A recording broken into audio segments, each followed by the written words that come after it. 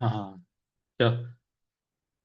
So I always wanted to talk about the Greek classics, or what you call a classical civilization.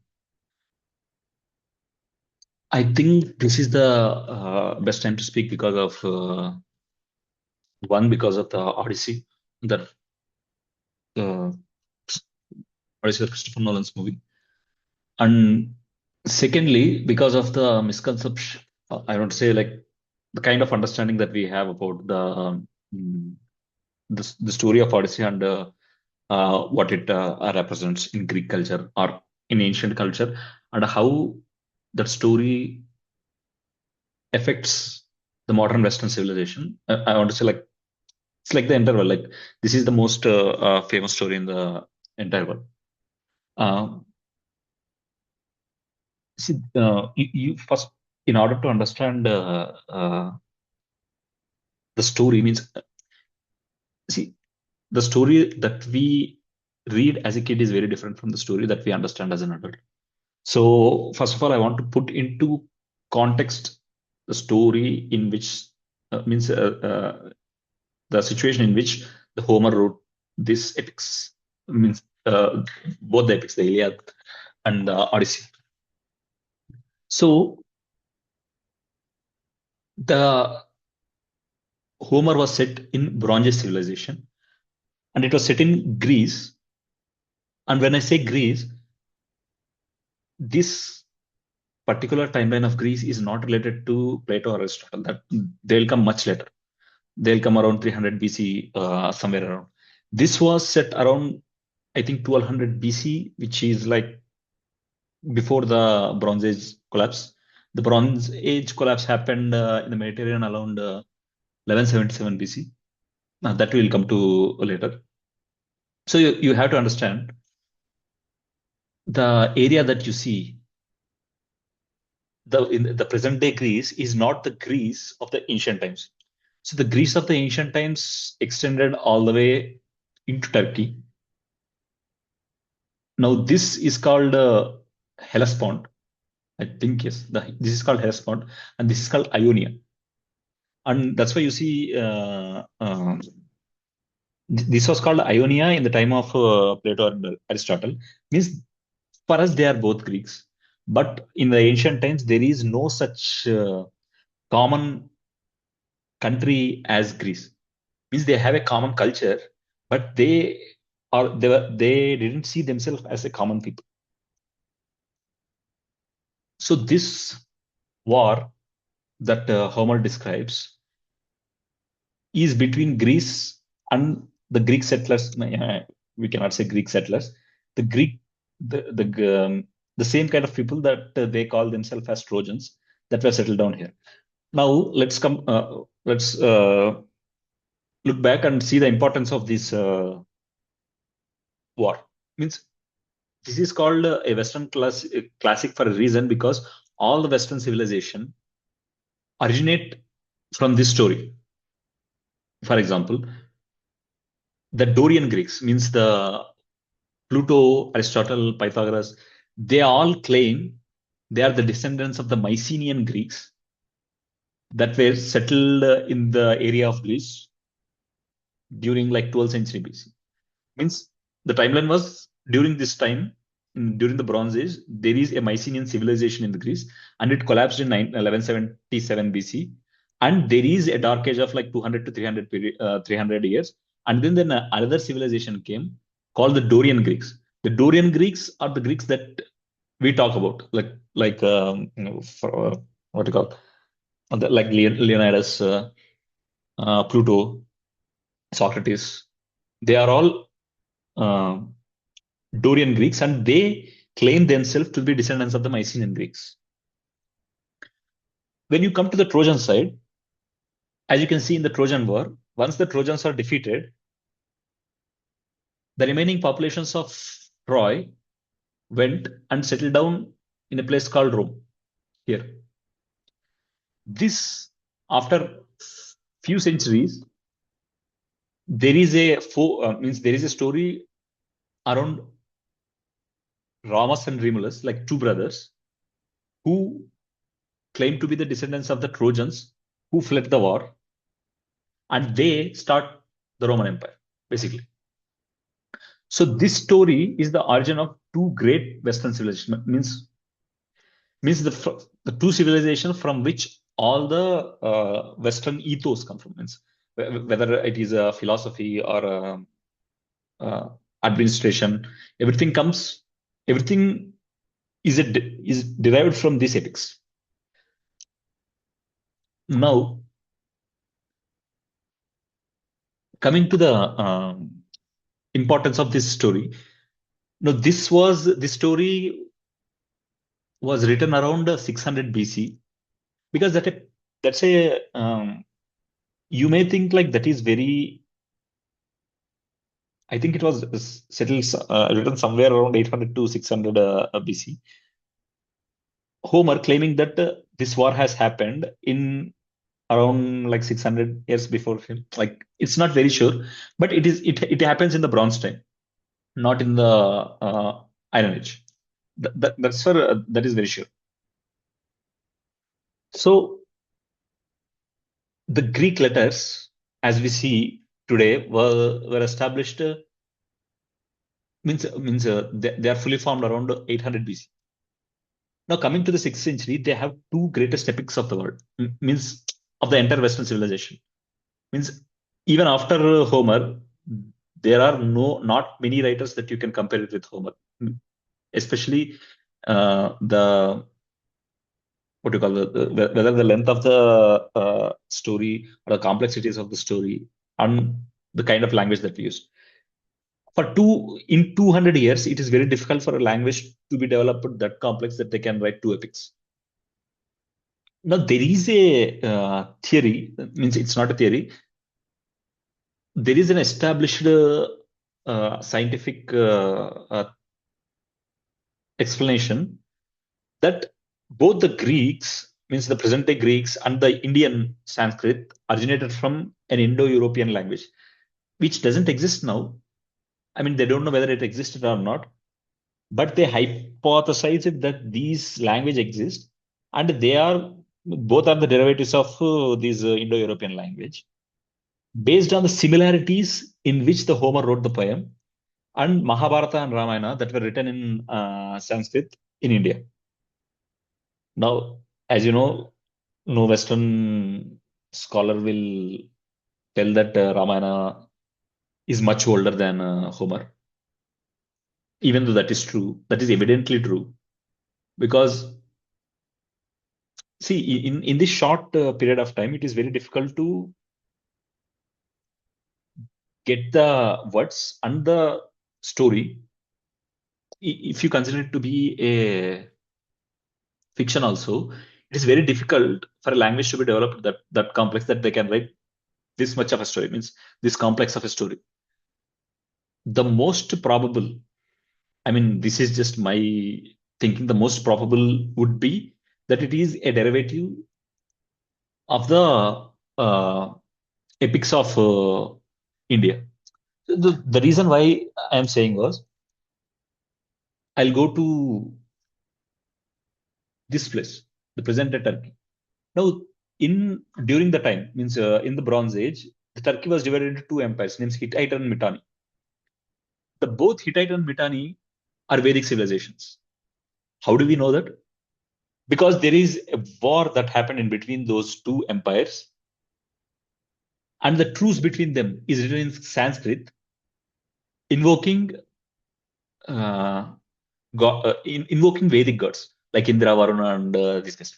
And these empires exist in the same timeline when the Trojan War is happening. So it is very improbable that Homer doesn't know about these epics. I'm not saying the Trojan War didn't happen. The Trojan War happened, but if you see the themes in the Trojan War, it those are very much inspired from the Indian epics. And just for a fact, the Hittite and Mitanni truce is the oldest Sanskrit inscription that we. I think so. I think it is very close to. Yeah, I think so. Like that's the closest reference of the people of Vedas in the ancient time. So, so yeah, finishing the setup in which this war is set. Now, coming to the basic story, I'm not going to explain Odyssey, but I'm going to explain the situations that lead to this war. Means I don't think I have to explain the story of Troy to everyone. It is evident, but I'll try to um, point out the misconceptions that people will have when what was written in the Homer's Iliad and what was shown in movies like Troy and this Hollywood kind of movies and what is in um, present day telling of the stories. So in usually in the movies they show that like Greece and Troy didn't fight for Helen, but they fought for basically some economic what you call in economic advantage or trade advantage in this stuff, which is not true in the case of Homer's Iliad, because it is explicitly said like even though they may exist in the background, but the important thing was Helen. Now you may think, no, any historian, like if you ask, there is no historical scenario, means there is no true historical war where it was fought for a woman, or for example, a queen, or anything organ, means anything living. Now, my thinking was the Homer Iliad was written in young age of Homer. Now, during in that age, it is not very far from his thinking process to assume that men will go to war for women. It's in this age, like in that age, it can be understandable that Homer thought that, and like in Iliad, it doesn't play a much important role also. See, to understand like why it doesn't play that much of an important role, you have to understand like how Greek mythology work. So in Greek mythology, there are gods, there are humans, and gods doesn't have any moral imperative. Means they are not good gods. They are just gods who are much more powerful than humans, and they control many elements of earth, like for example, water, fire, and wisdom, and everything. I means anything that is that cannot be controlled by humans. Gods can control them. Now, after a human dies in Greek mythology, he doesn't he is not rewarded for the good he is done or punished for the bad. He will be sent into a grey world called Hades, ruled by Hades. Like Zeus rules the heaven. Earth is for humans, whereas underworld, hell, which can be easily translated to hell, was ruled by Hades.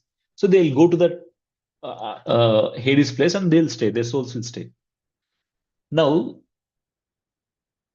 a civilization with this theology need a philosophy for humans to act in a good way. No, otherwise, what's the point of living a good life? So for that, Homer wrote a reference. The Iliad basically explains the story of a warrior named Achilles who fights for glory. And he want to take this character and see how he evolves in the story and question the reader whether this kind of life can be considered as good life on earth. So the thing was, the question arises like, what is a good life? If there is no reward after death for good life or bad life, then why a man should lead a good life? And what is a good life? For that, Homer uh, gives Achilles as a person to look up to in Iliad.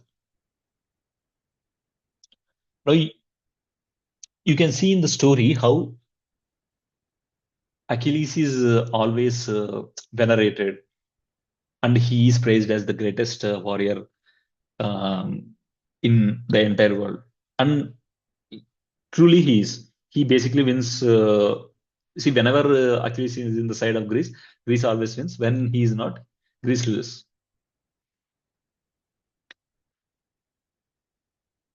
Now, the character of Achilles is important for a place like Greece in order to maintain order, means to inspire young men to be warriors and to wage war on other people, wage war on enemies basically, and maintain order inside the territory. Now, if every Greek will become like Achilles, then war is the only option for the Greece, means there will be no peacetime at all. Now, for that, to what do you call, to counter that, Homer wrote, or you can say it's not a counter, but Homer got matured as he lived the life and wrote Odysseys.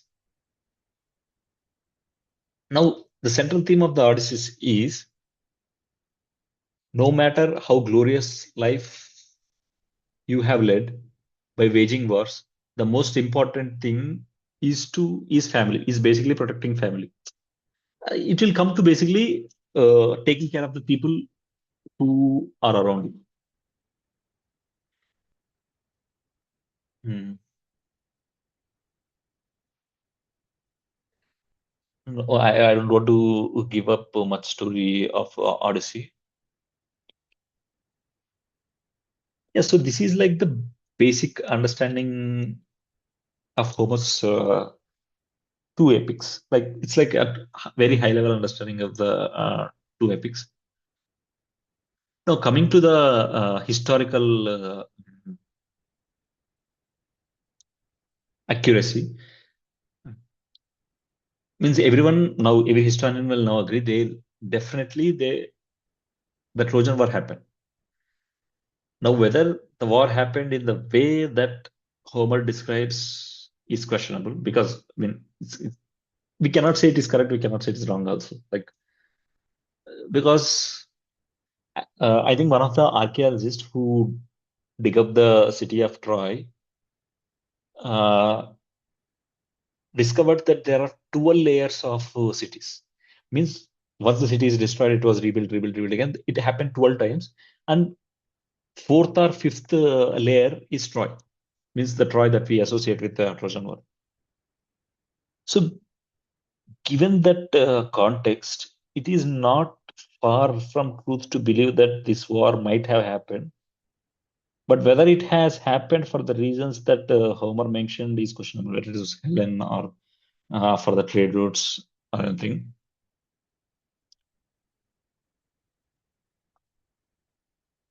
But one thing that is sure was that this war definitely happened.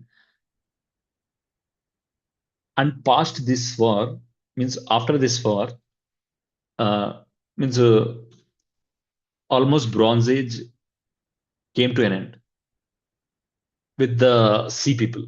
So the sea people are basically, we don't know the origin of these sea people, whether they are a new set of people that are coming from the West or they are just the people inside Greece, Troy, or Egypt who became mercenaries and started looting the cities. But these waves of sea people came and they destroyed all the Bronze Age civilizations. Greece, Hittites, and Mitanni. The only civilization that survived was Egypt, but it took a big toll. I think it was Ramses II who fought against this sea people, and he wrote like how this war basically destroyed the empire's wealth.